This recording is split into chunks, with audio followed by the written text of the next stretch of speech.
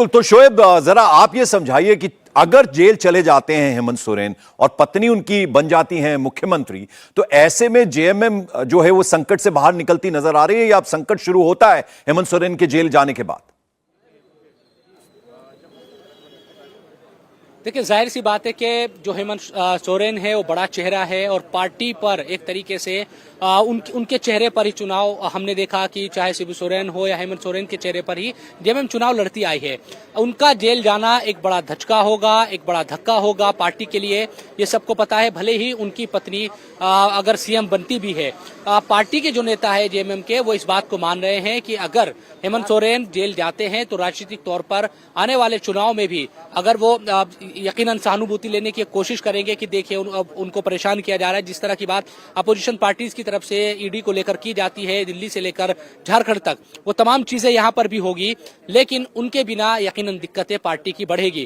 कांग्रेस की जहां तक बात है, कांग्रेस के जो विधायक है वो उस स्थिति में नहीं है कि किसी तरह का दावा उनकी तरफ से जेएमएम को लेकर किया जा सके, क्योंकि जेएमएम यहाँ बड़ी पार्टी है। कांग्रेस के सहयोग से आरजेडी के सहयोग से पूरा जो महागठबंधन यहाँ पर बना हुआ है, वो तमाम जो सरकार है वो चल रही है। लेकिन ये बात सच है कि कांग्रेस फिर अगर जेएमएम का बड़ा नेता इस तरह से जेल जाता है तो महागठबंधन की जो एकता है वो दिखाने की कोशिश तो होगी, लेकिन कांग्रेस के लिए भी एक मौका होगा आगे बढ़ने का। और कोई भी राजनीतिक पार्टी, चाहे वो आपकी सहयोगी क्यों ना हो, इस तरह के मौके का फायदा उठाने की कोशिश करती है। तो ये राजनीतिक तौर पर यकीनन एक बड़ा धक्का जेएमएम के लिए होगा।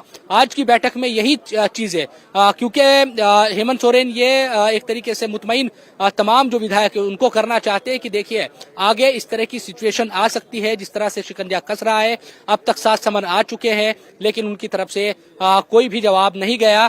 अब आने वाले वक्त में अगर कोर्ट का आदेश आता है तो उनकी गिरफ्तारी हो सकती है और उनको इस्तीफा देना पड़ सकता है। यही समझाने की कोशिश एक तरीके से आज की बैठक में होगी, और उसमें तमाम सहयोगी, क्योंकि कांग्रेस, आरजेडी, उन तमाम सहयोगी विधायकों को भरोसे में लेने की कोशिश होगी कि आप अब मेरे बाद अगर मेरी गिरफ्तारी होती है, इस्तीफा होता है, तो इस चेहरे को लेकर हम आगे बढ़ेंगे, जेएमएम इस चेहरे को लेकर आगे बढ़ेगी, आपके सहयोग की वहां जरूरत पड़ेगी, तो आपके सहयोग की अपेक्षा है, तो उसको समर्थन तो मिलेगा। ये बात तो सच है, क्योंकि ये जाहिर सी बात है, जिस तरह से जो सरफराज अहमद का जो इस्तीफा हुआ है वो सीधे तौर पर उसी बात से जोड़कर देखा जा रहा है कि वहां उपचुनाव होगा, और उस उपचुनाव के मद्देनजर ही उसको लेकर हालांकि कई तरह की जो कानूनी राय है वो भी ली जा रही है कि 1 साल से कम का वक्त बचा है तो उपचुनाव होगा भी या नहीं होगा। तो इन तमाम चीजों पर भी गौर फिक्र आज की बैठक में किया जाएगा।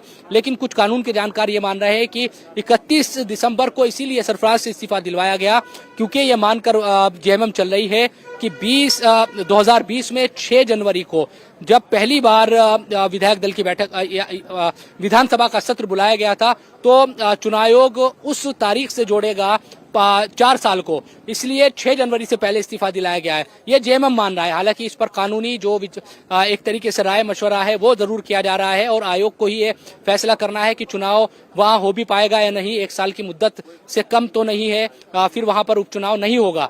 तो इन तमाम चीजों पर एक तरीके से सलाह मशवरा भी होगा, और एक भरोसा एक तरीके से कायम करने की कोशिश जेएमएम की इस बैठक में होगी कि हम अगर इस तरह की सिचुएशन आगे आती है तो किस तरह से पार्टी को और सरकार को चलाने की कोशिश करनी है।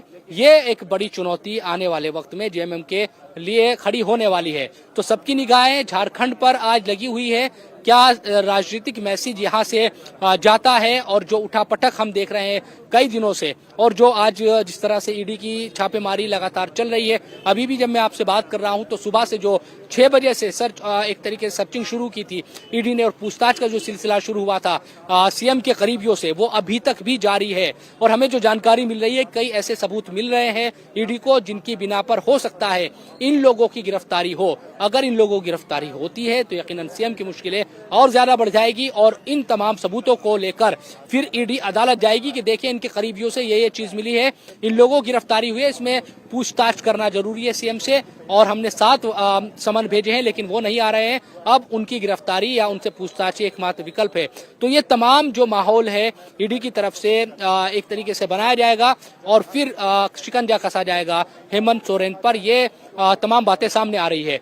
तो कांग्रेस की जहां तक बात है, जिस तरह से मैंने बताया कि कांग्रेस अभी इस तरह के किसी मूड में नजर नहीं आती कि वो खुद किसी तरह का दावा पेश करे, बल्कि वो अभी ये कहती दिखाई दे रही है कि कोई भी चेहरा जेएमएम की तरफ से पेश किया जाएगा तो उसको समर्थन करने के लिए उसी तरह से तैयारी। देखिए विधायकों की जो गाड़ियां है लगातार अब सीएम हाउस पहुंच रही है जी। कुछ देर के बाद यहाँ बैठक का सिलसिला शुरू हो जाएगा। रांची मुख्यमंत्री आवास में और जेएमएम कांग्रेस तमाम पार्टियों के जो विधायक है, जो महागठबंधन झारखंड में इस वक्त बना हुआ है और सरकार चला रहा है, तो तमाम के विधायक यहाँ पहुंच रहे हैं। देखना यही होगा कि अगले आधे और एक घंटे में किस तरह की खबरें अंदर से निकलकर सामने आती है। क्या वाकई अब एक तरीके से सरेंडर करने वाले हैं हेमंत सोरेन के, अब शिकंजा उन पर कसता दिखाई दे रहा है, इस तरह की खबरें आएगी या फिर कुछ और चीजें निकलकर सामने आती है, ये भी तमाम दर्शकों को हम बताएंगे। सबकी निगाहें आज की बैठक पर, चाहे वो ईडी की छापेमारी हो, ईडी का कस्ता शिकंजा या राजनीतिक उठापटक झारखंड में इस वक्त जो नजर आ रही है, उन तमाम चीजों को लेकर। बिल्कुल, मैं लौटता हूं शोएब आपके पास। तो जैसा कि शोएब बता रहे हैं, जो विधायकों के आने का सिलसिला शुरू हो गया, 4:30 बजे का वक्त है जब ये बैठक मीटिंग शुरू होगी।